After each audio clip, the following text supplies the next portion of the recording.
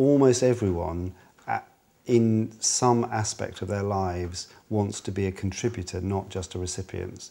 And if you turn people into contributors and you address them as contributors, that they've got something to offer, not just that they want something from you, that changes the dynamic. Because once people become contributors, they want to share, and they want to learn, and they want to find other people that they can work with. So that change in the dynamic, you're a potential contributor, not just a recipient who waits to consume and complain if things don't go right. That is the most important thing, I think. And that it then has a logic that if you see people as contributors, you start seeing them as kind of people you work with, rather than someone you do something for or to. And that whole logic of thinking that people are there to be worked with, not to be worked to or for, is, I think, really a big change.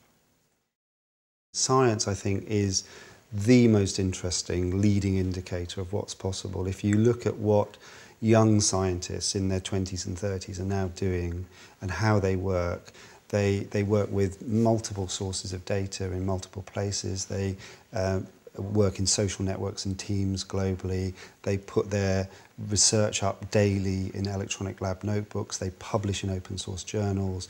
I mean, the whole structure of the way that scientific knowledge is being created is changing dramatically. Well, if that's a leading indicator, then what it means is we'll be used to working in future in virtually any area much more collaboratively with many more participants, sharing huge amounts of data and tools in order to create and improve on our bit of what is a bigger picture. And that's the general story across all. I mean, another way of thinking about it is that when I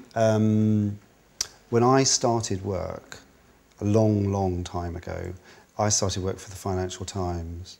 And when I started work for the Financial Times, I used to leave the building at about 7 o'clock, and the building used to shake because the printing presses would start up. And the Financial Times was, you know, a kind of big media boulder.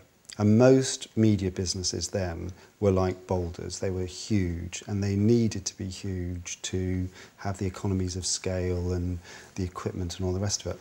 Well, now, basically, most media businesses in future are going to be pebbles. They're going to be little pebbles that people drop. And the organisations of the future will aggregate pebbles together, or find you just the pebble you want, or link you to other pebbles which are like you, or what have you. It's a different kind of landscape altogether. So we've had organisations like boulders, big, massive, heavy, difficult to move, but really weighty. And in future, I think we'll have organisations that are much more like agglomerations of pebbles, whether it's mapping, or whether it's libraries, or whether it's education or health or the law. You know, all of them could be subject to some of these tendencies where you get much wider spreading of information sharing, more people participating, dropping their bit in, and general people being participants as well as being recipients. And as well as seeing really big things coming out of that, you'll just see lots and lots and lots of little things. So the day after I met these scientists who'd been working in this new way, I met 2 tiny primary schools in the Shetlands who had collaborated. They had about 20 pupils in each school. They were about 15 miles apart, and they collaborated to create a joint plan to go on a trip to London. And they had basically done exactly what the scientists had done, but just at a much lower level of organisation.